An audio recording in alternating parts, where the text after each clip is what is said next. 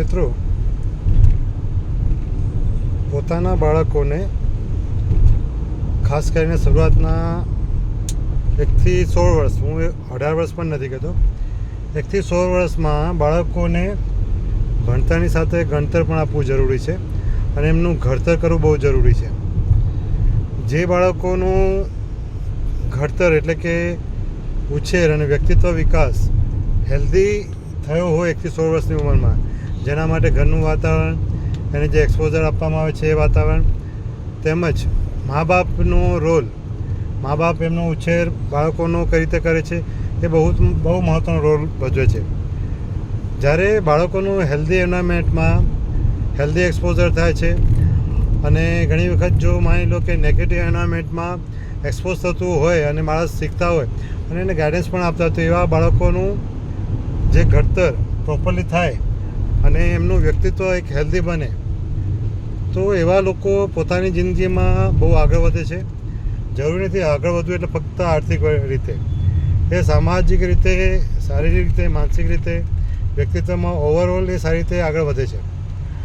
આવા વ્યક્તિઓ જ્યારે મોટા થાય છે ત્યારે તે સમાજમાં એમની સાથે રહેનાર વ્યક્તિ, એમની સાથે જોડાતા વ્યક્તિ અને એમના દ્વારા ભવિષ્યમાં જે બીજા કહી શકાય કે નેક્સ્ટ જનરેશનનો જે ઉમેરો થતો હોય છે, ખાસ કરીને એમના બાળકોનો, એ જે ઇનોસન્ટ લોકો છે જે આવનાર છે એમના જીવનમાં, એ લોકોને જાણીએ કે અજાણ્યાપણે પોતાના વ્યક્તિત્વથી નુકસાન નથી કરતા. એટલે કે પોતાના વ્યક્તિત્વના ખામી, પોતાની પુઅર સેલ્ફ ઇમેજ, પોતાની એક મનની લઘુતા ગ્રંથિના કારણે એવું કોઈ ડિસિઝન નથી લેતા જેનાથી નેક્સ્ટ જનરેશન કે આવનાર વ્યક્તિઓને નુકસાન કરે.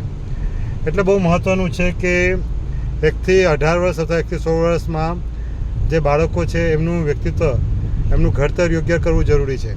કેમ કે આ ઘડતર જો અયોગ્ય થાય તો જેનું પરિણામ 18 વર્ષ પછી અથવા 21 વર્ષ પછી સામાજિક બાબતોમાં, મેરેજમાં અથવા જ્યાં કામ કરે છે એ બાબતમાં આઈધર ક્રાઇમથી, ચીટિંગથી અથવા છોડી દેવાથી અથવા ભાગવાની પ્રવૃત્તિથી એ જોવા મળે છે.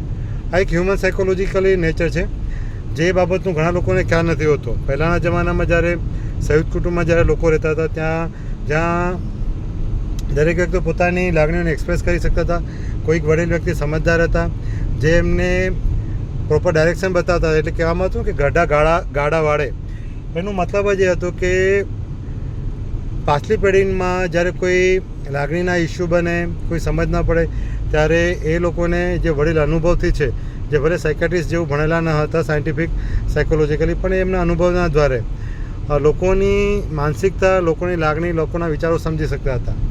જે વિચારોને અને જે લાગણીઓને સમજીને એમને રજૂ કરવા દેતા હતા અને પ્રોપરલી એમને ગાઈડ કરતા હતા, ઇમોશનલ વેન્ટિલેટ કરતા હતા, તેમજ એમને પ્રોપરલી ગાઈડ પણ કરતા હતા. એટલે કે ગાઈડ કરવું એટલે કે જરૂરી નથી કે એમને જે ગમે એવું કરવું. ગાઈડન્સ કરવું મતલબ એ છે કે સાચી દિશા બતાવી લાગણીઓની અને વિચારોની. જ્યાં લાગણીઓ ગૂંચવાતી હોય, જ્યાં વિચારો અનુભવાતા હોય અને ઓવર થિંકિંગ થતું અથવા ગૂંચવાતા હોય, એ બાબતોમાંથી બહાર કાઢીને એમને પ્રોપર ડાયરેક્શન આપવું, એવું કામ પહેલાંના જમાનામાં વડીલો કરતા હતા. પરંતુ આજના જમાનામાં એ બાબતો ન થવાના કારણે મોટાભાગના કિસ્સામાં એવું થાય છે કે એજ હોવા છતાં પણ 25 વર્ષ, 30 વર્ષ, 40 વર્ષ કે 45 વર્ષ પછી પણ એ બાળકોનું બાળપણમાં યોગ્ય ઉછેર થવાના કારણે એમના વર્તન અને એમના ડિસિઝન 1 થી 16 વર્ષના બાળક જેવું હોય છે, જેમના ડિસિઝનમાં કોઈ પરિપક્વતા હોતી નથી, જેમનો આવેશિક સ્ટેપ હોય છે, જેમાં એમની સાથેના લોકો માટેની એમ્પથી નહોતી, સમજશક્તિ નહોતી. એમને ફક્ત ને ફક્ત પોતાની જરૂરિયાતો, પોતાની ઈચ્છાઓ કે પોતાના ડર સાથે જ જોડાયેલી બાબતો મહત્ત્વની હોય છે અને એ જ પ્રમાણે લોકો વર્તન કરે છે. તેમાં વાંધો નથી, દરેક વ્યક્તિ પોતાની ઈચ્છા, પોતાની એક સેલ્ફ ડિફેન્સ, પોતાના બચાવ માટે વર્તન કરતા હોય છે. પણ આ જે મિકેનિઝમ છે સેલ્ફ ડિફેન્સની, એ ઇમેચ્યોર હોય ત્યારે સાથેવાળા લોકોને બહુ તકલીફ આપે છે. જોડાયેલા લોકો બહુ હેરાન થાય છે, ક્યારેક બહુ ભોગ બનતા હોય છે, જે ખાસ કરીને ઇનોસન્ટ લોકો હોય છે તેના માટે. એટલે મિત્રો, જે બી વ્યક્તિઓ આ વિડીયો જે સાંભળે છે, જેમના ઘરમાં 1 થી 16 વર્ષના બાળકો હોય, તો એ જે બાળકો છે એમના મા બાપ તરીકે જો તમારો રોલ હોય તો એ સમજવું બહુ જરૂરી છે કે તમારે શું ધ્યાન રાખવું. બાળકોના ઓવરઓલ વિકાસ માટે, એમના સાયકોલોજીકલ ડેવલપમેન્ટ માટે, માઇન્ડ મેનેજમેન્ટ માટે મા બાપે પણ પોતાની જાતને પણ ડેવલપ કરવા બહુ જરૂરી છે. Thank you.